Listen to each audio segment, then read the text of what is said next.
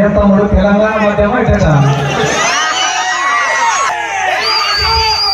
ఒక 2 నిమిషాలు చెప్పాలంటే మాట్లాడతావా? ఒక మనిషికి ఎప్పుడైనా కూడా ఒకసారి అదృష్టం పట్టుకుని అనుకో ఏది ముట్టుకునే బంగారం అవుతుంది. అదే దరిద్రం ఏదనుకో ఏది ముట్టుకునే బస్సునే. కానీ ప్రెసెంట్ మా శివకుమార్ అన్న చూసే కదా అన్న నీకు అదృష్టం ఎండాడుతుంది.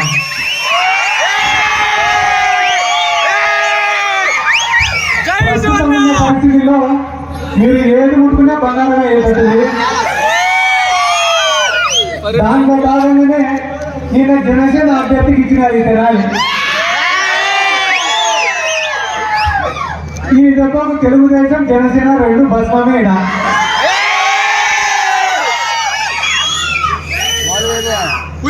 అంటే ఈ రాష్ట్రంలో 175 నియోజకవర్గాలు ఉన్నాయి. 175 నియోజకవర్గాలు ఉంటే కదా దాదాపుగా 15 సంవత్సరాలు అయింది పవన్ కళ్యాణ్ పార్టీ పెట్టి.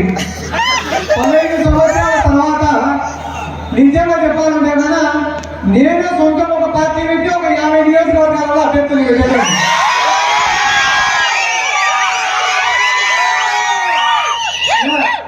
పిల్లోని నేను వయసులో చిన్నోని. ఒకవేళ 10 ఏళ్ళు నా పని మానుకొని ప్రజల కష్టాలపైన ప్రజల సమస్యలపైన రాష్ట్రం అంతా తిరిగిన ఈ 15 ఏళ్ల తర్వాత ఖచ్చితంగా రాష్ట్రంలో 50 నియోజకవర్గాలలో అభ్యర్థులు పెట్టండి. 15 సంవత్సరాల రాజకీయాలలో తిరిగి 24 నియోజకవర్గాలలో అభ్యర్థులు పెట్టాడంటే అసలు మేము కాదు, తెలుగుదేశం కాదు, సామాన్య ప్రజలు కాదు, మహిళలు కాదు, విద్యార్థులు కాదు, ఎవ్వరు కాదు, జనసేన పార్టీ వాళ్ళే గాండ్రికి మొత్తం నమ్ముతారు.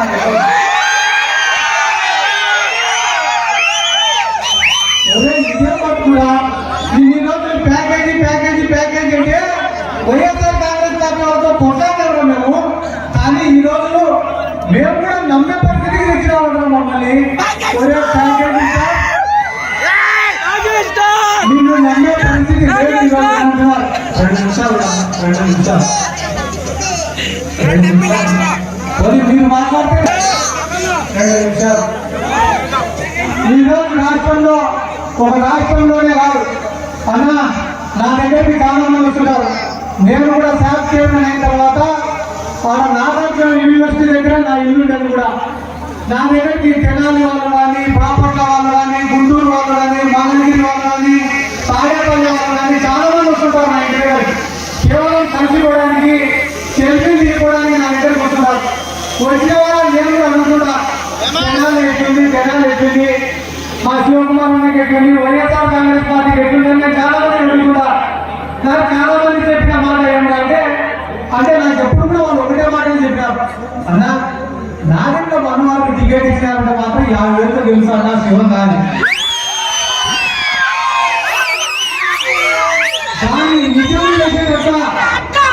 దాన్ని నిజం చేసేటట్లా ఈరోజు ఈ తెనాలి నియోజకవర్గం జనసేనకు కేటాయించడం ఎందుకని చాలా మంది అడిగిన నాగంలో మనవాళ్ళు ఈ తెనాలి నియోజకవర్గంలో ప్రజలకు చేసిన గాయాలను ఇంకా ఇక్కడ ఉన్న ప్రజలు మర్చిపోలే. ఎప్పుడెప్పుడు వస్తాడా, ఎప్పుడెప్పుడు కాల్చి వాటర్ పెడతావా అని చెప్పి వెయిట్ చేస్తా. పాపం వచ్చి మరి ఖండించుకోవడానికి ఇంకా కేవలం 2 నెలలు మాత్రమే తగ్గింది. నెక్స్ట్ జగన్మోహన్ రెడ్డి గారు 3వ తేదీన అద్దంకిలో సిస్టమ్ సభ పెట్టారు.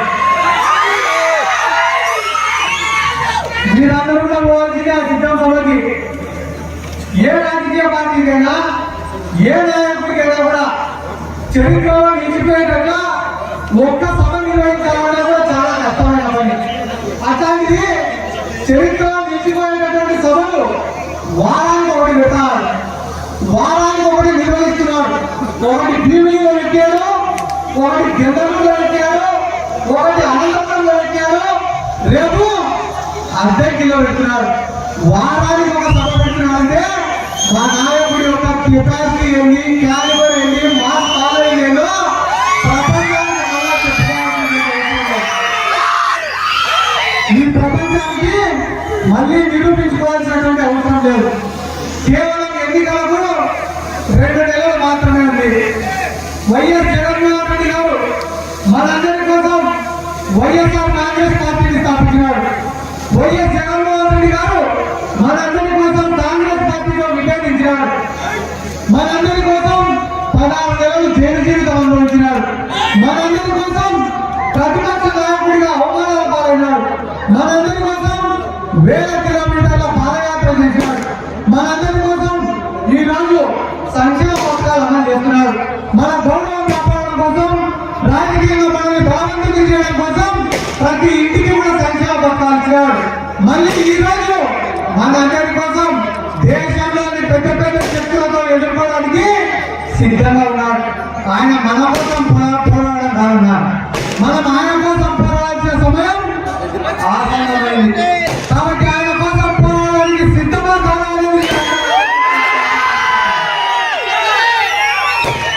ఎందుకంటే నాయకుడికి మోసగానికి ఒక తేడా ఉండేది. మోసగాడు ఏం చేస్తాడు అంటే నా కష్టాన్ని వాడుకుంటాడు, నీ కష్టాన్ని వాడుకుంటాడు, నా శ్రమను వాడుకుంటాడు, నీ శ్రమను వాడుకుంటాడు, ఎదుగుతాడు. ఎదిగిన తర్వాత మనల్ని మర్చిపోతాడు. కానీ నాయకుడు అనేవాడు ఎక్కిన ప్రతి మెట్టును గుర్తు పెట్టుకుంటాడు, సాయం చేసిన ప్రతి మనిషిని గుర్తు పెట్టుకుంటాడు. పవన్ కళ్యాణ్ ఒక పక్క నమ్మించి ప్రతి ఒక్కరిని మోసం చేసి 175 నియోజకవర్గాలలో 151 మందికి శనగోపం పెట్టాడు.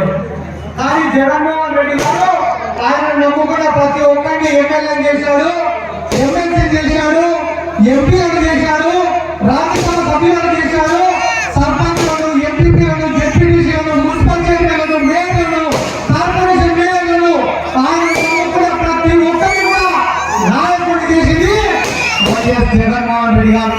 కాబట్టి రాష్ట్ర ప్రజలందరూ కూడా ఆలోచించండి, ఎవరు నాయకుడు ఎవరు మోసగాడని కూడా ఒక్కసారి ఆలోచన చేయమని చెప్పి కోరుతున్నా. ఎందుకంటే మనకు పెద్ద టైం లేదు.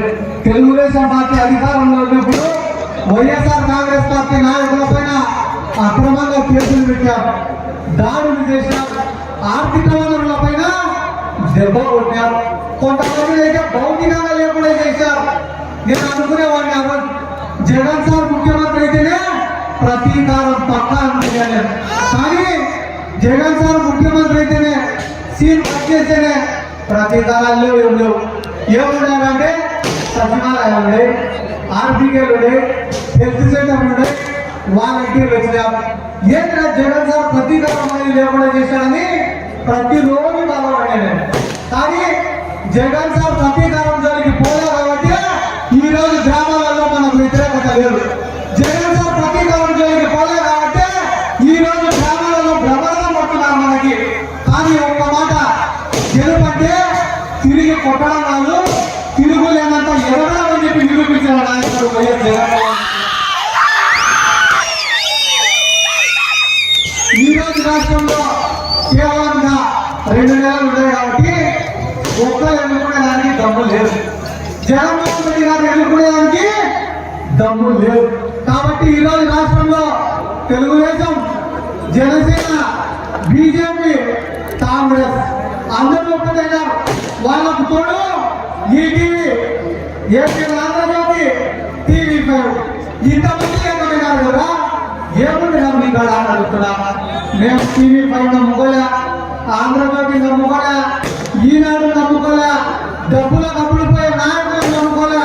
మేము నమ్ముకునేది ప్రజలను నమ్ముకున్నాము. ఎవరైతే వైఎస్ఆర్ కాంగ్రెస్ పార్టీ ద్వారా సంక్షేమ పథకాలు అందుకుంటారో, ఎవరైతే వైఎస్ఆర్ కాంగ్రెస్ పార్టీ తరఫున లాభపడింటారో వాళ్ళని నమ్ముకొని ఓట్లు అడిగేదాన్ని ఉంటాం.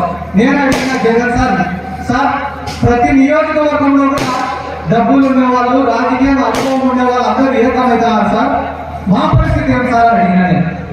సిద్ధార్థ, నువ్వు చెప్పిన వాళ్ళు గ్రామానికి 10 మంది ఉంటారు, కానీ మనపై అభిమానం ఉండేవాళ్ళు గ్రామానికి 990 మంది ఉంటారు.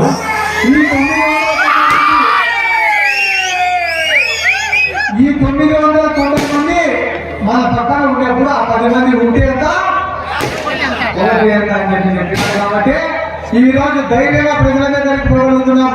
ఒక కొలిపర్ల గ్రామంలోనే కాదు, ఈ రాష్ట్రంలో 15,000 సచివాలయాలు ఉన్నాయి.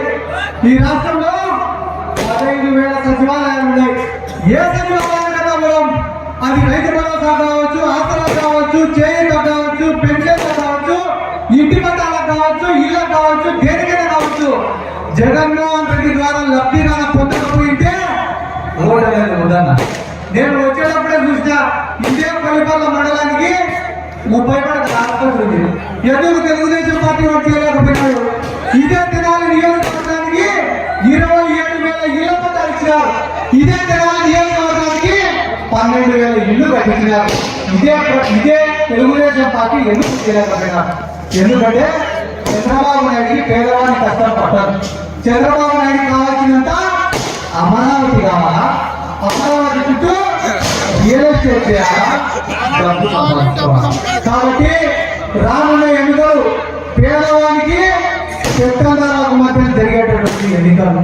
కాబట్టి పేదవాడి తరఫున పోరాడడానికి మేము సిద్ధం. మీరు సిద్ధమా?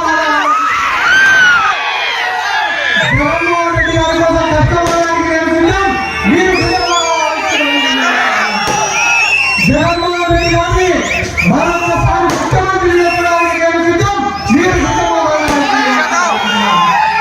రానున్న రోజులలో మన నాయకుడు శివకుమార్ గారికి మీ అందరి మద్దతు, ఆశీర్వాదం కావాల్సిందిగా మరొకసారి కోరుకుంటూ, నన్ను ఇక్కడికి ఆహ్వానించినందుకు, ఇంత ప్రేమగా స్వాగతం పలికినందుకు ప్రతి ఒక్కరికి పేరు పేరున నా శిరస్సు వచ్చి నమస్కారం తెలియజేసుకుంటున్నాను. జై జగన్.